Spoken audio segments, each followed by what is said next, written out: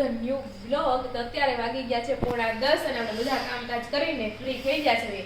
હમણાં વહેલું ઉઠવાનું થાય છે ને તો એમ લાગે દિવસ છે ને બહુ મોટો થઈ ગયો છે એવું લાગે છે, કારણ કે હજી 10 જ કેમ વાગ્યા, ઓલા 9:30 જ છે હજી એમ થાય, કારણ કે ક્યારના જઈ ગયા હોય તો એવું બધું છે. તો ઘરના બધા કામ થઈ ગયું છે. શિરામણમાં આપણે કરી લીધું છે. શિરામણમાં એઝ યુઝ્યુઅલ ચા અને ભાખરી.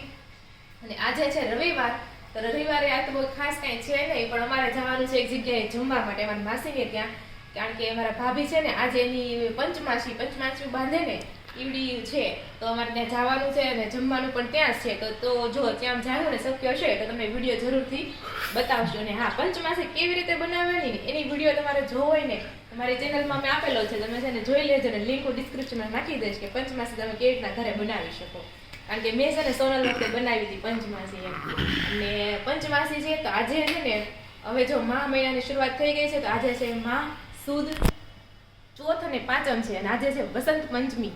તો વસંત પંચમી વિશે તમને વધારે કંઈ ખબર હોય તો જરૂરથી કોમેન્ટ કરજો. મને ખબર છે કે હું તમને કહું કે વસંત ઋતુની શરૂઆત થાય ને એટલે વસંત પંચમી એટલે એ દિવસે I think Vasant Panchami celebrate કરવામાં આવતી છે. અને આ દિવસે છે ને ભગવાન વિષ્ણુ, કૃષ્ણ, રાધા અને મા સરસ્વતીની પૂજા કરવામાં આવે છે. એને એમ કહેવાય અબીલ ગુલાબ ચડાવવામાં આવે ને ધૂપ દીપ કરીને ભગવાનની પૂજા આપણે કરવી, એમ એ દિવસે ભગવાનની પૂજા કરવામાં આવે છે. અને બીજું એ કે શીખ ધર્મના લોકો છે ને વસંત પંચમીના દિવસે પતંગ ઉત્સવ ચગાવે. આજે લોકો પતંગ ચગાવતા હશે ને શીખ લોકો. પંજાબમાં વધારે હોય, આઈ થિંક પંજાબમાં વધારે પતંગ ચગાવતા હશે કા ધાબા ઉપર છે, તો એવું કઈક હશે. મને આ નથી ખબર, આજે મને ખબર પડી કે આવું હોય, તો આવું બધું છે. તો ચાલો હવે અમે ત્યાં જઈશું માસીના ઘરે, ત્યાં શક્ય હશે ને તો અમે બધું બતાવશું. ને બાને તમને મળાવશું, બા અત્યારે સુઈ ગયા છે, હવે આપણે ઘરે આવશું ને ત્યારે બાને મળાવશું અને એવું બધું છે. ચાલો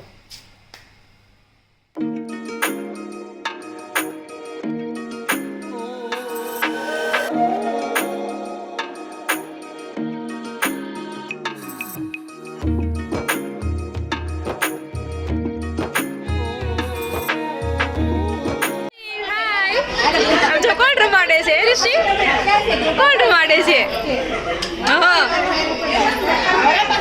તો જો આપણે માસીના ઘરે આવી ગયા છે ને બધા જમી લીધું છે અને બધા જમીને બધા ઉપર જાય છે.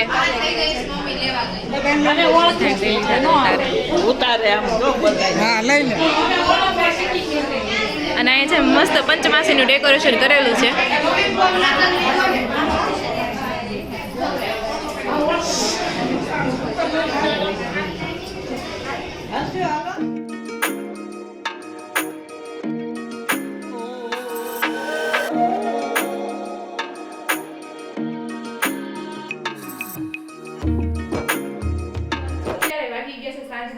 અમારે જવાનું છે ગામડે, તો એના માટે હું છે પહેરવાની છું ને એની માટે પ્રિપેરેશન કરું છું. તો આવું છે હું જાનમાં પહેરવાનું વિચારી રહી છું. તો આ એક ચણિયો ગ્રીન કલરનો, અને આ મારી સાડી છે જે મેં ચાંદલામાં મને રોનકે આપી છે. ચાંદલો જ્યારે થયો ને ત્યારે આપણે લીધી હતી સાડી. તમે કોમેન્ટ કરજો આ સાડી તમને કેવી લાગે છે. અને હું વિચારું છું કે આ સાડીને હું છે ને આ રીતના પહેરું, જે નોર્મલી પહેરું એના કરતાં હું આ રીતના પહેરું તો તમે કહેજો કે આ સરસ લાગે છે કે તમે જોઈ શકો છો પાછળથી આવી રીતના અને પ્લીટ્સ આપણે કરેલી છે અને આવી રીતના છે. આ લુક સારો લાગે છે કે હમણાં તમને બીજો લુક બતાવું ઈ સારો લાગે છે? તમે જરૂરથી કોમેન્ટ કરજો. આ બતાવી દીધું તમને. બીજો લુક છે ને ઈ કંઈક આ ટાઈપનો છે, આપણે બેંગોલી છે, એટલે આપણે સાદી સાડી પહેરી. તો આ લુક સારો લાગે છે કે પેલા મારો હતો ઈ લુક સારો લાગે છે? તમને કયો ગમે છે તમે જરૂરથી કોમેન્ટ કરજો. તો ઈ પ્રમાણે છે ને આપણે ડિસાઈડ કરશું કે મેરેજમાં કયું પહેરશું. મેં છે ને પહેલા સાદી રીતના મેં ઘણી વાર પહેરી લીધું છે, એટલે વિચારું છું આ વખતે નવું ટ્રાય કરું એમ. તો પ્રોબ્લેમ એ આવે છે આ ટ્રાય કરું છું ને તો આખો ચણિયો છે આમ મિક્સ થઈ જાય છે. જો આમાં કેન હોત ને તો છૂટું છૂટું રહેત તો સરસ લાગત, એટલે આમ થોડું કેન નથી આપણી પાસે અત્યારે હાલમાં, એટલે એવું થોડું ભેગું થઈ જાય છે. અને ઓલી રીતના રાખવું ને તો ચણિયો છૂટો છૂટો રહી છે, એટલે મસ્ત લાગે છે. તો કાંઈ તમે કોમેન્ટ કરજો કે કયું સારું લાગે છે, એ પ્રમાણે આપણે ટ્રાય કરશું લગ્નમાં. તો હેલો એવરીવન, જ આપણું કામ તો અધૂરું છે પાટલી પાડવાનું, પણ રોનક કે આટલી બધી પાટલી પડવાની છે ને હાલ આપણે હોટલમાં જઈ આવી. ના મેં જ કીધું તું હાલો આપણે ઢોસા ખાવા જઈએ એમ. એટલે હવે ચાલો ઢોસા ખાવા જઈએ છીએ, આવીને પછી મળીએ. પણ હિનાબેન આ વિડીયો થતા છે કે મારે વાહે પાસ છોકરાઓ તો જો શું કરે છે. અને જો પપ્પા તો ગયા છે ગાંધીનગર, ત્યાં મારે એક મેરેજ છે એટલે ત્યાં ગયા છે. અને અમે જાય છે ઢોસા ખાવા અને અમારી મેરેજ છે, અમે 2 દિવસમાં હવે નીકળશું. તો ચાલો ત્યારે આપણે ઢોસા ખાઈ આવીને પછી પાછી પાટલી પડાવડીએ. ચાલો પણ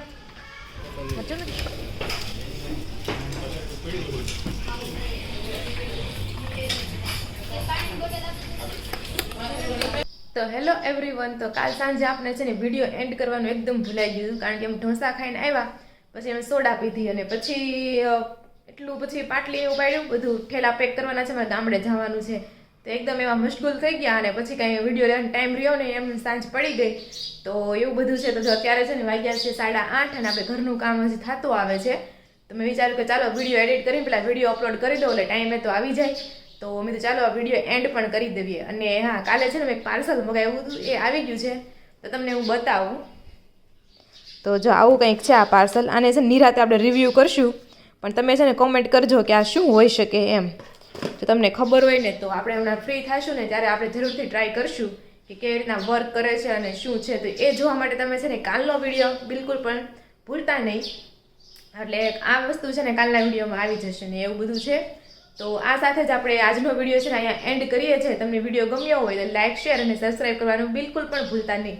અને આ વિડીયોમાં તમને શું વધારે ગમ્યું એ પણ તમે જરૂરથી કોમેન્ટ કરજો કે અમે પંચમાસીનું જે તમે ડેકોરેશન જોયું એ તમને વધારે પસંદ આવ્યું કે પછી મારી સાડી હતી ગ્રીન કલરની એ તમને વધારે પસંદ આવી. જે પણ તમને ગમ્યું હોય તો એ વિડીયોમાં કોમેન્ટ જરૂરથી કરી દેજો. અને હા, તમે અહીંયા સુધી જો વિડીયો જોતા હોય અને વિડીયોને લાઇક ન કર્યું હોય તો તમે જરૂરથી લાઇક બટન પ્રેસ કરી દેજો. અને જો બા છે ને, બાને તો અમે છે ને મોટા બાપુજીને ત્યાં મૂકી આવ્યા છે, કારણ કે હમણાં છે ને ઘરે કોઈ નથી, કારણ કે બધા લગ્નમાં જવાના છે. તો જ્યાં સુધી હવે 15-20 દિવસ સુધી બા ત્યાં રહેશે અને પછી બા પાછા આપણા ઘરે આવી જશે. તો પછી તમને બાને પણ મળાવશું. તો એવું બધું છે. તો ચાલો આ વિડીયો આપણે અહીંયા જ કરીશું. ફરી મળીશું કાલે નવા બ્લોગ સાથે. ત્યાં સુધી જય શ્રી કૃષ્ણ અને રાધે રાધે.